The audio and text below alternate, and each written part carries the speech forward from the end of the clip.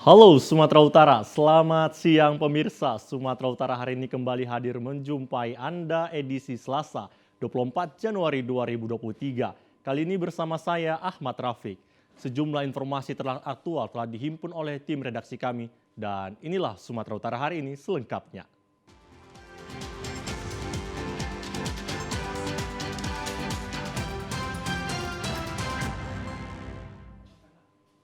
Informasi pertama pemirsa, personil Ditsamapta Polda Sumut berhasil menggagalkan aksi pembobolan ATM di Kota Medan. Inilah rekaman yang memperlihatkan aksi heroik seorang personil Ditsamapta Polda Sumatera Utara yang menggagalkan aksi percobaan pembobolan ATM di Jalan Jamin Ginting, Kota Medan. Dalam video tersebut terlihat personil yang berpakaian sipil sempat berduel dengan pelaku di depan SPBU. Saat hendak diamankan, pelaku mencoba kabur dan melawan. Warga sekitar juga ikut mengamankan pelaku yang langsung dibawa ke pos security terdekat. Personil Ditsamapta Polda Sumut Bribda Andre Giovanni Perangin-Angin yang sempat berduel dengan pelaku mengatakan, awalnya dirinya melintas bersama keluarga untuk mengambil uang di ATM tersebut. Namun saat hendak masuk ke dalam ATM, ia melihat gerak-gerik mencurigakan dari dalam ATM. Seketika dirinya langsung menuju ke dalam ATM tersebut. Saat masuk, Bribda Andre sempat dihalangi oleh pelaku yang mengaku sebagai petugas ATM yang akan memperbaiki mesin. Merasa curiga, ia langsung menanyakan identitas pelaku. Seketika pelaku melarikan diri. Saat ditangkap dan digeledah, ditemukan beberapa alat seperti besi yang diduga untuk mencokel mesin ATM.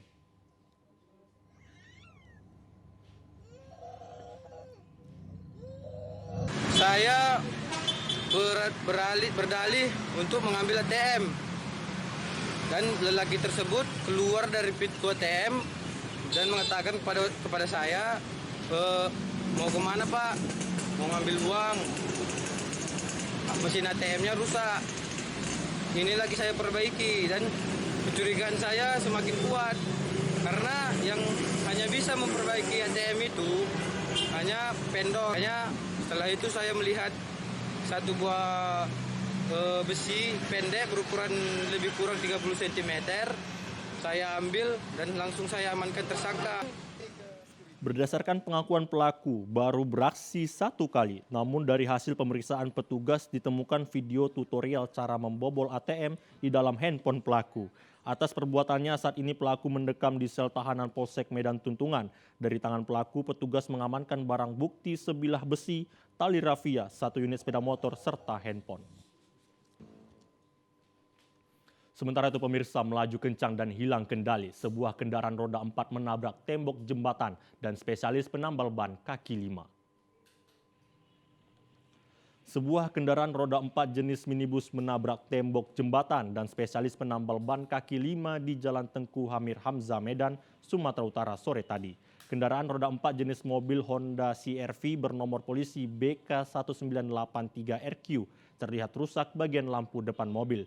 Kondisi mobil berwarna hitam tersebut berada di atas sebuah becak motor spesialis penambal ban yang mangkal di kaki 5. Sementara becak motor tersebut dalam kondisi remuk dilindas mobil berwarna hitam. Selain menabrak penambal ban tersebut, mobil berwarna hitam itu yang datang dari arah Jalan Kapten Muslim menuju Jalan Tengku Hamir Hamzah dengan laju kencang tersebut kehilangan keseimbangan dan langsung menabrak dinding jembatan hingga roboh dan menimpa seorang warga yang kebetulan sedang duduk di lokasi tersebut. Akibat dari peristiwa ini, 1 orang warga yang sedang duduk di lokasi penambal ban tersebut diduga tewas di tempat. Dari keterangan saksi mata yang juga pemilik tambal ban, Baris Silaban mengatakan saat itu ia bersama kedua rekannya duduk di lokasi usaha tambal bannya. Ia bersama temannya langsung menghindar saat mobil hitam tersebut melaju kencang ke arah mereka.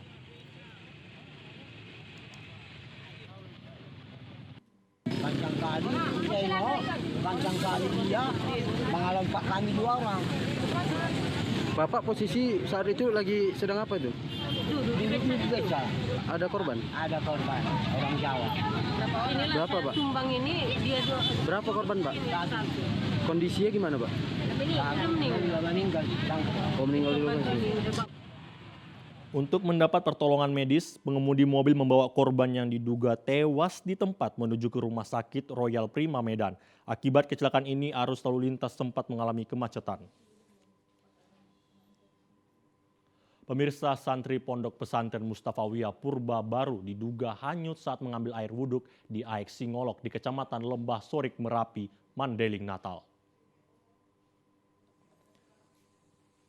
Sejak malam kemarin, tim Basarnas Badan Penanggulangan Bencana Daerah Kabupaten Mandailing, Natal bersama warga telah melakukan pencarian santri yang hanyut di Aek Singolot, Kecamatan Lembah Sorik, Merapi, Kabupaten Mandailing, Natal.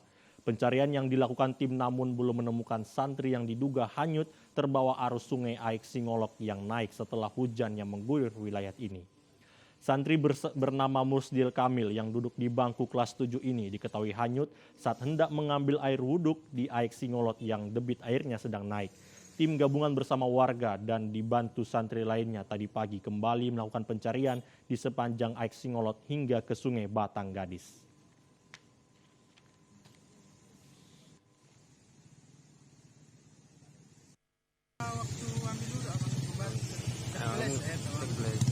Terus dia hanyutnya di mana? Di sungai apa namanya? Sungai Singolot. Aek Singolot. Biasa dia ngambil air wudhu di situ. Ya, coba. Terus waktu dia hanyut airnya naik atau gimana? Atau lagi hujan? Lagi hujan kalau Lagi hujan. Airnya naik ya. Terus sampai saat ini kawannya udah dapat atau gimana? Belum. masih dicari, Bang. Masih dilakukan pencarian. Pemirsa, kemeriahan Hari Jadi Kabupaten Langkat yang dilaksanakan dengan berbagai acara seremonial di alun-alun Kecamatan Stabat hingga menghadirkan artis ibu kota dinilai sia-sia belaka karena situs bersejarah yang merupakan cikal bakal Kabupaten Langkat tidak diperhatikan. Berbagai rangkaian kemeriahan Hari Jadi Kabupaten Langkat diantaranya festival budaya, bazar dan pasar murah serta kegiatan pentas seni yang menghadirkan 2 orang menteri dan artis ibu kota. Hal ini tentunya menjadi momentum dan kebanggaan masyarakat Kabupaten Langkat dalam merayakan Hari Jadi ke-273 Kabupaten Langkat.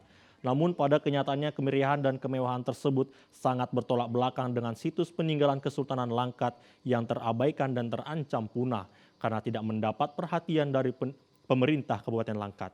Peninggalan bersejarah tersebut diantaranya Gedung Pegadaian, Rumah Persenggaraan Siak, Kolam Pandia, peninggalan Kesultanan Langkat, dan masih banyak peninggalan bersejarah lainnya yang terbengkalai. Peninggalan bersejarah ini terlihat kusam bahkan ditumbuhi rumput liar dan bangunan papan yang sudah termakan usia terlihat sudah lapuk. Kejayaan Kesultanan Langkat sangat dikenal pada masanya, bahkan melebihi kejayaan dan kekayaan alam Brunei Darussalam.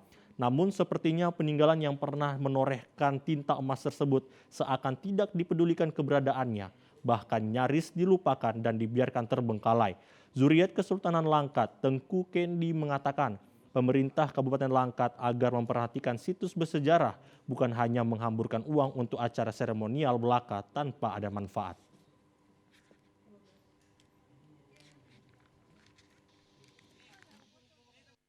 Langkat ini ya Bupati PLT sekarang Yondim maunya perhatian lah pada situs-situs yang ada di Tanah Langkat ini. Jangan acara cuma seremonial yang menghabiskan dana yang tak menentu. Paling tidak adalah perhatiannya terhadap situs-situs peninggalan seperti Pedap Baik, Ternadi, kepada Masjid Raya, makam-makam para raja dan ulama. Ya itu kan perlu diperhatikan. Pemirsa, informasi aktual lainnya akan kami hadirkan untuk Anda sesaat lagi. Tetaplah bersama kami di Sumatera Utara hari ini.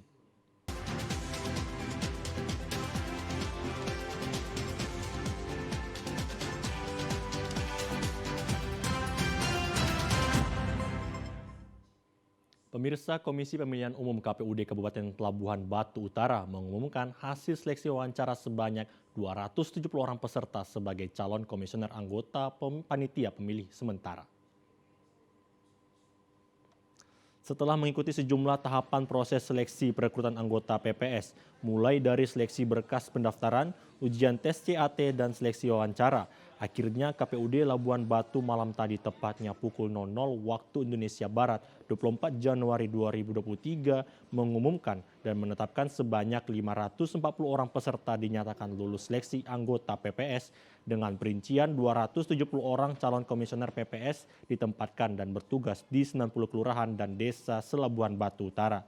Sementara itu sebanyak 270 orang lagi sebagai anggota pergantian antara waktu. Ketua KPUD Labuan Batu Utara Haryamsyah Simanjuntak menjelaskan, sesuai aturan pemilu terkait tahapan perekrutan anggota PPS, pihaknya mengumumkan hasil seleksi kepada masyarakat umum melalui aplikasi Siakba dan website KPU RI, di mana setiap kelurahan dan desa ditetapkan sebagai masing-masing sebanyak 3 orang sebagai komisioner anggota PPS. Tinggal satu rangkap diumumkan di TPS, satu rangkap disampaikan. Akhir untuk pengumuman penetapan 2 kali kebutuhan yang kemudian itu kita input ke Siakba dan kita umumkan di halaman web resmi KPU Labuan Batu Utara. Ini sedang proses dan sedang berjalan untuk kita laksanakan pengumumannya pada hari ini. Ya, tentunya kita akan menetapkan sebanyak 3 orang menjadi komisioner dan 3 orang menjadi PAW. Pelantikan anggota PPS pada masing-masing KPUD kabupaten dilaksanakan hari ini secara serentak melalui apel pelantikan nasional. Sementara itu pemirsa, Komisi Pemilihan Umum Serdang Bedagai telah mengumumkan panitia pemungutan suara terpilih tingkat desa sebanyak 729 orang. Selanjutnya PPS tersebut akan dilakukan pelantikan pada 24 Januari 2023 nanti di Pantai Cermin. Hal tersebut disampaikan Bayu Avianto, komisioner yang membidangi partisipasi masyarakat dan SDM kepada awak media di sela kegiatan pleno tentang penetapan anggota PPS terpilih. Dari hasil pleno tersebut, KPU Serdang Bedagai telah umumkan sebanyak 1.458 orang PPS yang telah memenuhi syarat dan seleksi yang sudah berlangsung. Dari jumlah tersebut terdapat 729 orang PPS terpilih dan selebihnya sebagai pengganti antar waktu. Adapun jumlah tersebut dilakukan berdasarkan jumlah desa yang ada di 17 kecamatan di Serdang Bedagai sebanyak 243 desa, maka jumlah PPS masing-masing desa sebanyak 3 orang. Bayu menambahkan dari 729 anggota PPS terpilih tersebut telah memenuhi syarat administrasi hingga syarat ujian seleksi dan wawancara yang telah berlangsung beberapa hari yang lalu. Maka dengan serangkaian tes tersebut dan dalam penetapan rapat pleno dari 5 komisioner telah diumumkan di aplikasi Siakba serta akun resmi KPU Sergai dan disebar di masing-masing kantor kecamatan dan desa. Sementara untuk tanggal pelantikan nanti akan dilanjutkan di Pantai Cermin pada tanggal 24 Januari 2023 akan datang. Besar harapan nantinya para PPS yang menjadi garda terdepan setelah KPPS untuk menjaga integritas dalam penyelenggaraan pemilu pada tahun 2024 nantinya. Pemirsa, libur pada Tahun Baru Imlek 2574 ini cukup panjang. Berbagai kegiatan masyarakat banyak dihabiskan dengan berkunjung ke objek wisata yang ada di Serdang Bedagai. Wisata Pantai Mangrove menjadi alternatif liburan sebagai dengan pasir putih dihiasi hutan mangrove yang rimbun cocok menjadi tujuan liburan Imlek kali ini. Pantai Mangrove, pantai yang terletak di Desa Nagalawan, Kecamatan Perbaungan, Kabupaten Serdang Bedagai, menjadi tempat alternatif bagi warga Sergai yang ingin mencari tempat liburan Imlek tahun ini. Pantai Tahun Mangrove yang dikelola secara swadaya oleh masyarakat sekitar ini memberikan wisata edukasi tentang pentingnya pohon bakau. Dengan panorama sebagian besar pantai tersebut tumbuh pohon mangrove. Wisata pasir putih yang juga tidak kalah menarik pengunjung yang datang ke pantai tersebut. Empasan air laut yang indah serta kilauan pandangan jauh mata memandang ke arah laut membuat warga yang datang dan singgah ke pantai tersebut lupa akan kepenatan dan aktivitas kita sehari-hari. Sehingga pulang dari liburan ke pantai mangrove ini serasa obat terapi pikiran yang menjadi ringan dan plong akan berbagai beban dan rutinitas kita sehari-hari. Terdapat juga jembatan atas laut jiwa. Jika laut pasang, pemandangan ombak kecil air laut akan menghiasi dasar laut. Tidak salah jika pantai ini jika rekomendasi untuk mengisi waktu liburan Imlek tahun ini dengan jarak tempuh 2 jam dari kota Medan. Dan untuk tiket masuk cukup murah, tidak sampai menguras kantong. Per orangnya dikenakan Rp20.000 per orang, serta harga tiket parkir untuk roda 4 Rp15.000 dan roda 2 sebesar Rp10.000. Warga sudah dapat semua fasilitas yang disiapkan di pantai tersebut. Warga yang datang menilai penanaman mangrove atau bakau dalam menjaga ekosistem di pinggir laut dari dampak ambras. Tak salah pantai ini menjadi pilihan keluarganya asal Serampah untuk datang dan berkunjung kembali di hari libur berikutnya. Pemirsa, pasca revitalisasi lapangan Merdeka tahap pertama saat ini sudah mencapai 80% dan desain pembangunan yang dikelola Pemko Medan direncanakan tidak akan menghilangkan nuansa khas kota Medan. Revitalisasi lapangan Merdeka Medan pada tahap pertama mulai rampung, di antaranya tampak pekerja siang tadi mengerjakan pembangunan drainase dan sejumlah pembangunan fasilitas infrastruktur lainnya. Berdasarkan informasi yang dihimpun tim peliputan pembangunan destinasi wisata ruang terbuka ini, direncanakan terdapat bangunan panggung rakyat menyerupai daun tembakau sebagai simbol komoditi asli kota Medan. Selain itu, lokasi perparkiran akan dibangun hingga dapat menampung 900 unit kendaraan dengan rincian 500 unit roda 4 dan 400 roda 2. Untuk masa pengerjaan dilakukan dalam 2 tahap yang diharapkan dapat rampung proses penyelesaiannya pada tahun 2024 mendatang dengan konsep multi-years dengan biaya dari APBD Kota Medan. Revitalisasi lapangan Merdeka tahap berikutnya akan dibangun basement, galeri UMKM, jogging track, ruang pertemuan, panggung hiburan, serta parkir. Pembangunan revitalisasi lapangan Merdeka Medan yang direncanakan rampung pada tahun 2024 dapat memberikan kenyamanan bagi masyarakat untuk menikmati fasilitas liburan di Kota Medan sebagai salah satu destinasi kawasan wisata ruang terbuka publik.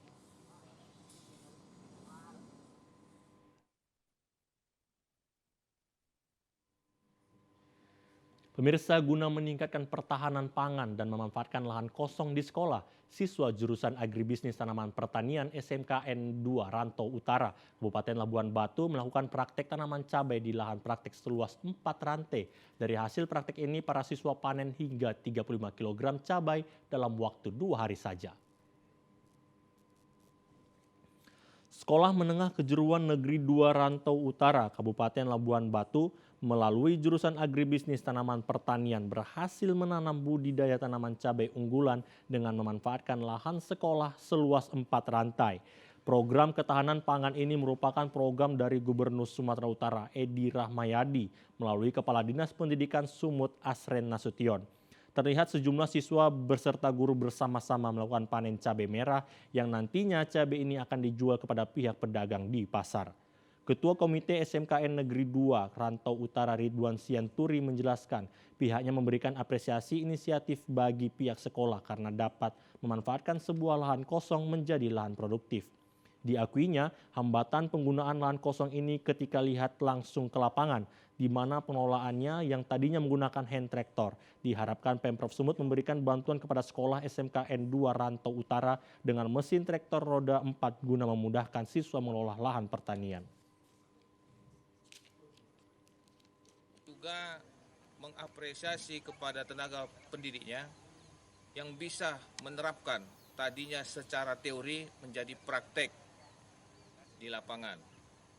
Kemudian kita melihat bahwa hambatan daripada penggunaan lahan kosong ini ketika kita lihat langsung ada kendalanya, di mana kendala tersebut yang tadinya SMK Negeri 2 ini menggunakan hand traktor, sebaiknya jika Pemprov Sumatera Utara memberikan bantuan kepada SMK 2 untuk memberikan bantuan tenaga traktor yang 4 roda.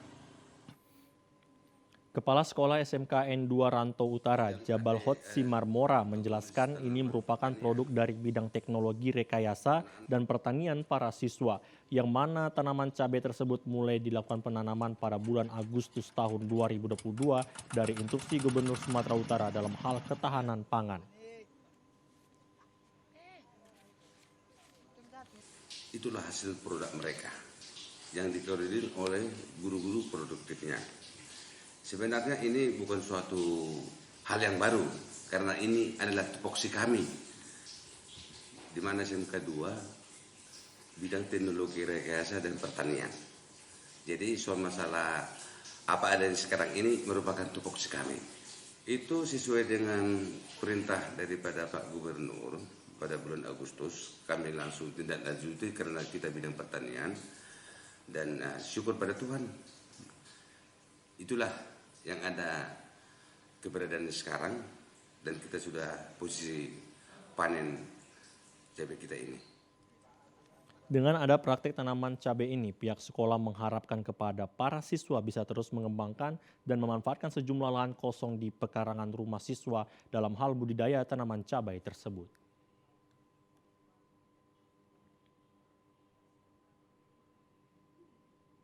Pemirsa, informasi menarik dan aktual lainnya akan kami hadirkan untuk Anda sesaat lagi. Tetaplah bersama kami di Sumatera Utara hari ini.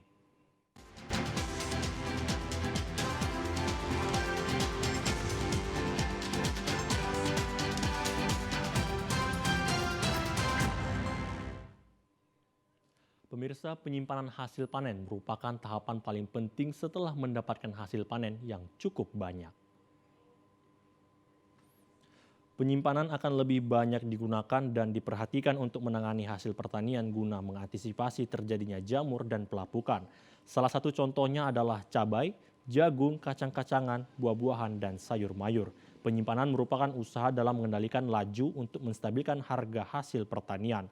Kepala Dinas Pertanian dan Ketahanan Pangan Kabupaten Humbang Hansundutan, Junter Marbun mengatakan, tujuan penyimpanan ini tentunya adalah untuk menjaga kualitas dari hasil pertanian proses sebelumnya, yaitu pemanenan dan pengeringan terlebih untuk dapat memperoleh harga pasaran yang lebih baik.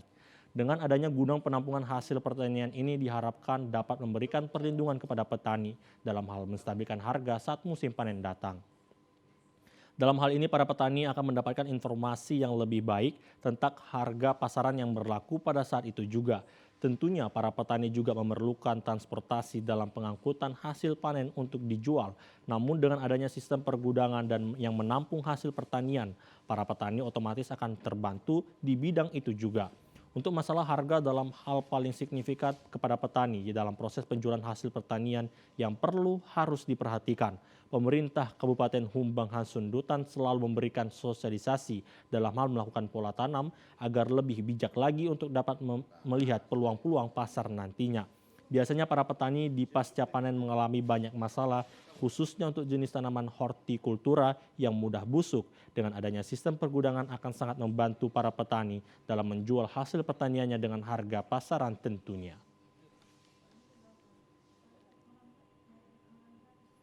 Pemirsa, dalam rangka mendukung event Powerboat F1 H2O yang akan diselenggarakan di kawasan Danau Toba, Balige, Kabupaten Toba pada tanggal 24 hingga 26 Februari 2023 mendatang, pemerintah Kabupaten Toba telah melakukan berbagai hal, salah satunya menertibkan atau merelokasi para pedagang pasar tumpah ruah Balige. Pantauan di lapangan bahwa para pedagang telah mulai menempati lokasi baru di Desa Saribu Raja, Tampu Bolon, Kecamatan Balige, Kabupaten Toba. Salah seorang pedagang pasar Balige, Doli Simanjuntak, mengatakan para pedagang juga mendukung penyelenggaraan event Powerboat F1 H2O ini dan mau direlokasi di tempat baru. Namun tidak sedikit para pedagang juga mengeluhkan setelah direlokasi ke lokasi baru yang ditetapkan oleh pemerintah Kabupaten Toba tidak memilih pihak. Maksud kami tidak memilih lapak karena pembagian lapak dirasakan dilakukan kurang profesional. Hal ini disebabkan sebagian para pedagang tidak masuk data untuk pembagian lapak dan para pedagang juga berharap agar pemerintah Kabupaten Toba dapat memberikan solusi yang tepat. Banyak yang penjual pedagang itu kena data, tidak ada kena data. Terlebih saya sendiri kena data, jadi kami ambil inisiatif sendiri jualan di pinggir jalan ini, tidak mau masuk ke dalam. Karena apa? Peta kami tidak ada. Itu harapan kami untuk Pemkab Toba supaya diperhatikan juga masyarakatnya, terlebih pedagang-pedagangnya, supaya pedagang-pedagang itu saling kerjasama dan saling ada rasa kemanusiaan untuk ke depannya. Selain direlokasi ke tempat baru, para pedagang juga dihimbau agar menempati pasar tradisional Onan Balige bagi para pedagang yang telah mempunyai lapak di sana. Hal ini dilakukan oleh pemerintah Kabupaten Toba dalam rangka mendukung penyelenggaraan Powerboat F1 H2O nantinya. Namun dalam pemindahan lokasi tersebut hanya bersifat sementara saja, tentunya sebagai dari para pedagang tidak merasa puas dalam menanggapi hal itu.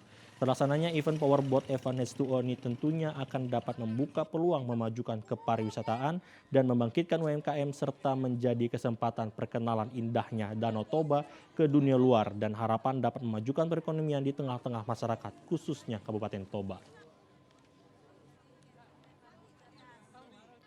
Sementara itu pemirsa, event Formula One H2O Superboat 2023 di Danau Toba memberikan semangat baru bagi pelaku UMKM di kawasan Danau Toba untuk dapat bangkit karena diperkirakan dikunjungi puluhan ribu wisatawan lokal maupun mancanegara.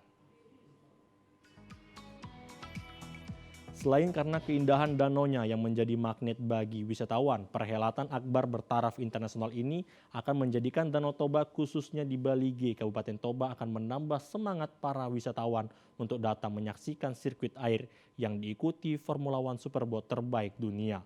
Momen tersebut tidak disia-siakan para pelaku UMKM di kawasan Danau Toba untuk memperkenalkan hasil karyanya kepada para pengunjung sehingga dijadikan sebagai buah tangan tanda berkunjung ke sirkuit air bertaraf internasional.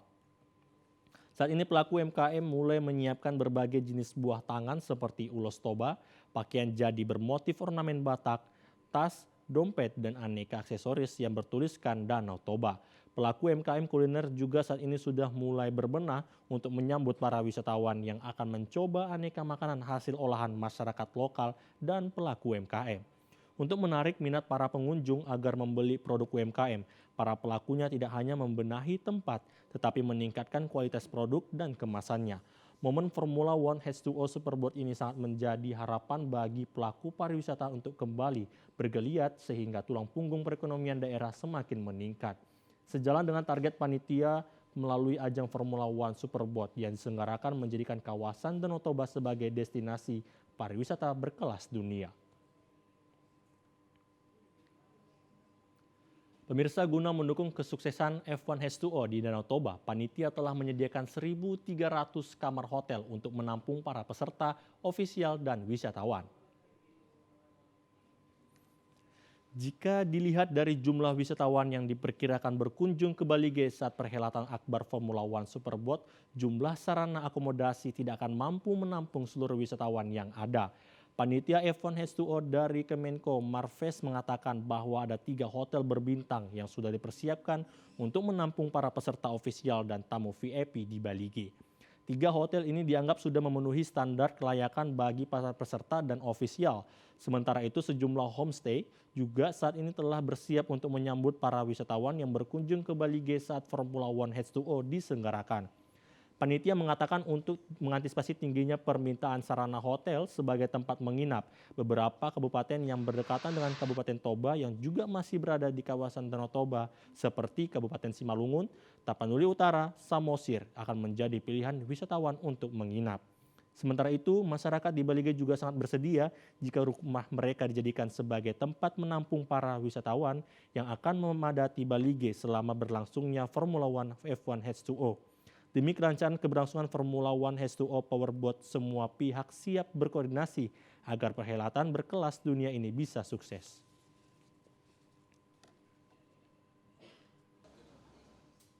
Pemirsa, informasi menarik dan aktual lainnya akan kami hadirkan untuk Anda sesaat lagi. Tetaplah bersama kami di Sumatera Utara hari ini.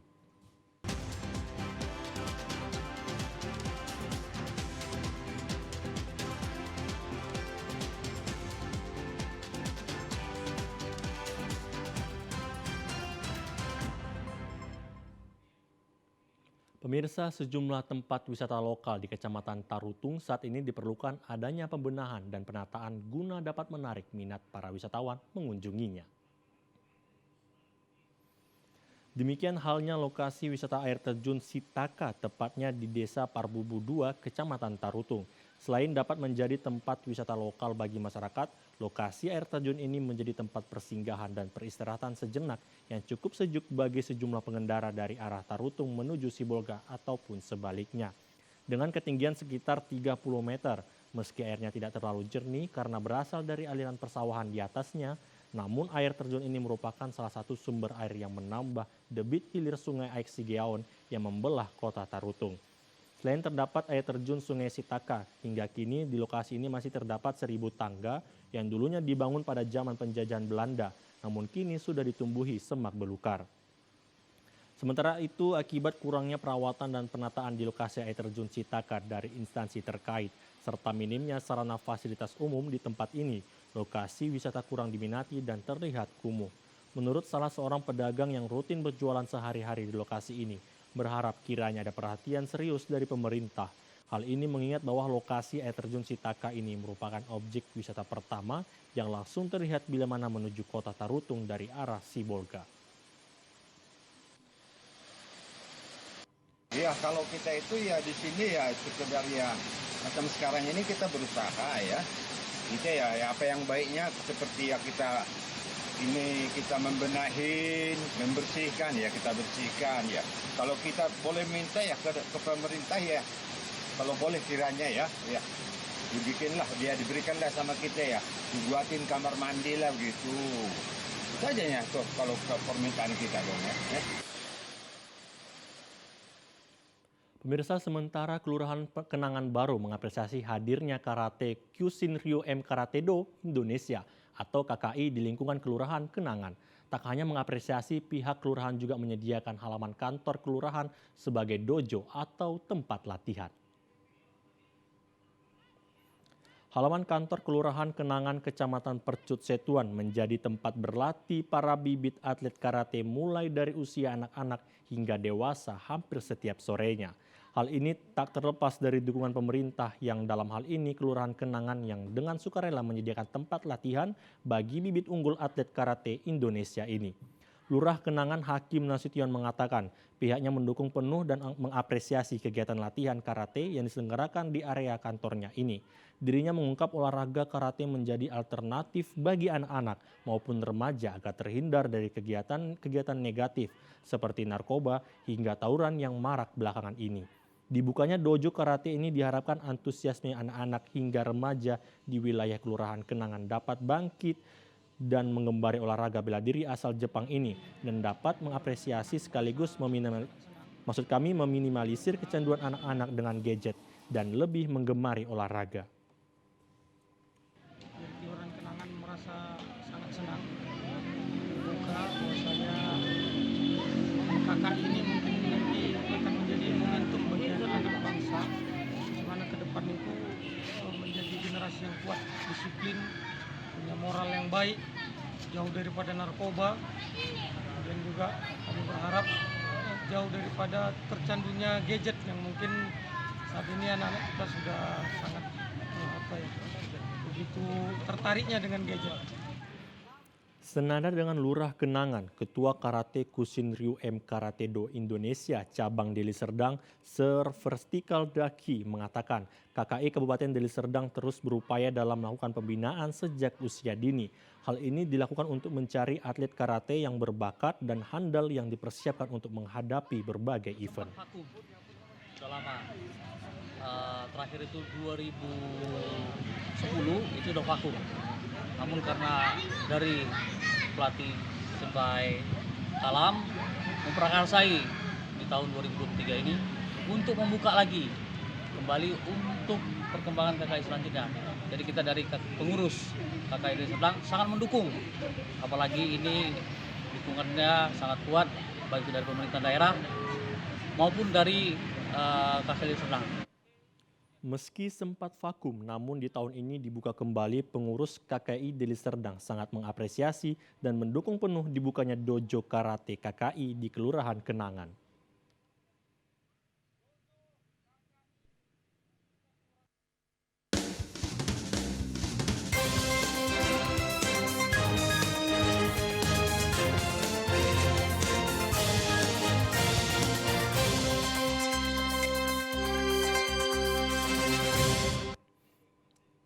Pemirsa, momen libur Imlek, sejumlah objek wisata di Kota Pariaman ramai dikunjungi wisatawan yang datang dari sejumlah daerah.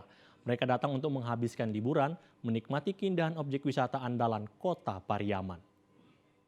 Sejumlah objek wisata di Kota Pariaman seperti Talauh Pauh, Pantai Gandoria, Pantai Kata, Cermin, dan Pulau Angsoduo ramai dikunjungi wisatawan. Wisatawan datang dari berbagai daerah di Sumatera Barat dan luar Sumatera Barat seperti Pekanbaru, Riau, dan Jambi. Terlihat wisatawan yang datang sangat menikmati keindahan Pantai Pariaman. Ada yang duduk bersantai, berselfie dengan view yang sangat indah, dan ada juga yang bermain air menikmati bersih dan dinginnya air laut. Sejumlah bus pariwisata dan mobil pribadi memenuhi kawasan parkir objek wisata. menandakan semakin ramainya wisatawan yang datang ke Pariaman untuk menikmati wisata bernuansa pantai. Petugas objek wisata Pariaman mengatakan jumlah kunjungan libur Imlek kali ini jauh meningkat dibanding sebelumnya. Ia berharap fasilitas objek wisata yang dilengkapi dengan berbagai wahana dapat semakin menambah kebetahan wisata berada di Pariaman, termasuk beragam kuliner khas Pariaman yang dijajakan di lokasi tersebut.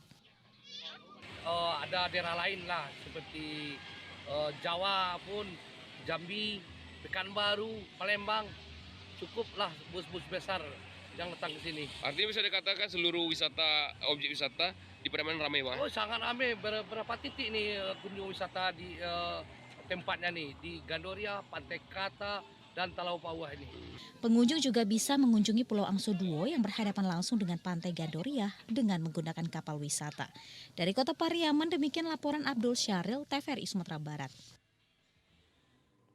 Pemirsa, sejak beberapa hari terakhir harga cabai dan bawang mengalami kenaikan yang cukup signifikan. Pedagang tidak bisa memprediksi harga untuk beberapa waktu ke depan karena harga dua komoditi ini kerap berfluktuasi sejak beberapa bulan terakhir. Harga bawang dan cabai merah di Pasar Raya Padang mengalami kenaikan yang cukup signifikan sejak beberapa hari terakhir. Harga cabai merah asal lokal kini dijual per kilogram seharga Rp40.000. Harga cabai merah asal lokal kini dijual per kilogram seharga Rp40.000 yang sebelumnya di kisaran Rp28.000 per kilogram. Kemudian bawang merah yang sebelumnya dijual per kilogram seharga Rp25.000 kini dijual pedagang per kilogram Rp34.000.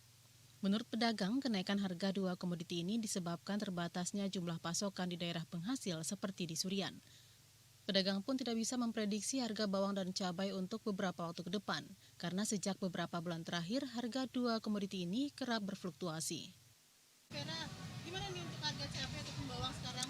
Harga cabai nambah, harga bawang nambah, bawang putih nambah. Dari berapa ke berapa?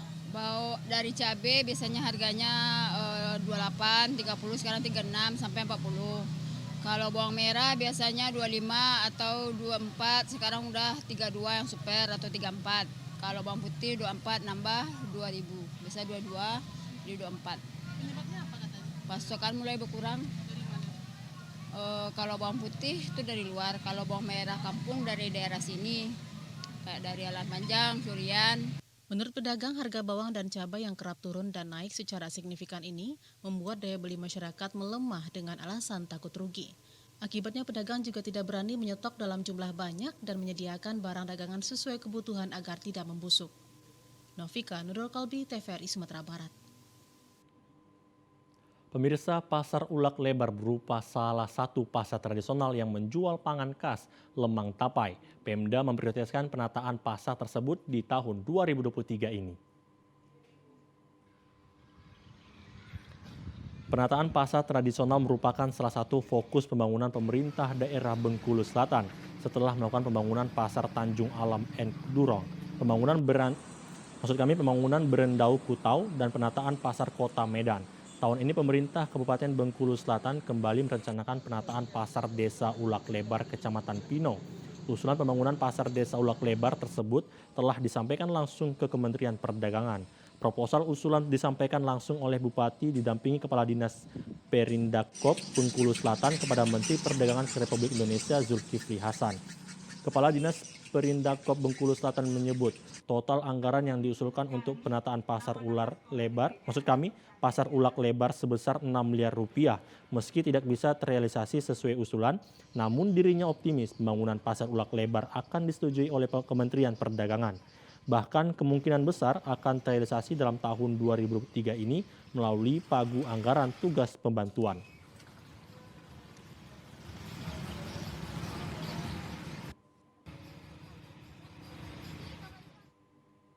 Pemirsa, masyarakat Jorong Gunung Pasir, Nagare, Lubuk Gadang, Kecamatan Sangir, Solok Selatan berharap perbaikan jembatan sebagai sarana dan akses penghubung ke sumber perekonomian masyarakat di daerah itu dapat segera terlaksana. Jembatan yang terbuat dari kayu hasil swadaya masyarakat yang ada saat ini kondisinya telah lapuk. Bahkan satu dari tiang penyangga telah patah. Salah seorang tokoh masyarakat di Jorong Gunung Pasir, Yayat Aulia Rahman mengatakan, masyarakat di daerah ini mendambakan jembatan penghubung ke lokasi pertanian yang berada di seberang bukit sebagai sumber penghasil dan perekonomian masyarakat untuk dapat segera diperbaiki pemerintah. Dari 123 kepala keluarga yang ada di daerah ini, 85% diantaranya bersumber dari areal pertanian yang berada di seberang bukit, sehingga keberadaan jembatan ini merupakan akses vital masyarakat untuk mengangkut hasil pertanian. Saat ini jembatan tersebut sudah membahayakan untuk dilewati. Selain kondisi yang miring akibat tiang penyangga yang patah, lantai dan tiang pengampun telah mulai lapuk. Jika dibiarkan akan menyulitkan masyarakat untuk melewati jembatan. Kondisi ini juga berpotensi memicu kecelakaan, terutama bagi pengendara roda 2, karena lantai jembatan banyak yang menganga, terlepas dan terdapat lubang yang besar. Masyarakat memasang tiang penyangga sementara untuk menghindari jembatan ambruk, agar masyarakat sekitar bisa menggunakan jembatan tersebut untuk aktivitas sehari-hari. Ini kegiatan masyarakat yaitu goro swadaya masyarakat, Pak. Apa ini Bu ya? Jembatan, Pak. Selama kau jembatan kau ada? Selama kau jembatan kau seperti nampak saya lihat tu mah jembatan kayunya. Jembatan kayu mah 6 bulan barulah apa ya kan? Lapuk aja. Itu rencana kegiatan masyarakat kini untuk membuat jembatan buaya itu. Jadi yang ada di dalam kau kini apa kau lah? Sawah, ladang. Jadi sumber kehidupan masyarakat di situ ya? Kau ada melewati kau ada sumber masyarakat kehidupan masyarakat. Tidak pernah ada bantuan dari pemerintah? Kalau untuk jembatan itu alun-alun. Diharapkan pemerintah daerah Solok Selatan dapat memperbaiki jembatan yang ada di daerah ini agar akses dan aktivitas pertanian masyarakat berjalan lancar. Dari Kabupaten Solok Selatan, demikian laporan di Kilas Mana, TVRI Sumatera Barat. Pemirsa, informasi tadi mengakhiri perjumpaan kita di Sumatera Utara hari ini. Mewakili kerabat kerja yang bertugas, saya Ahmad Rafiq mengucapkan terima kasih atas perhatian dan kebersamaan Anda. Selamat siang dan sampai jumpa.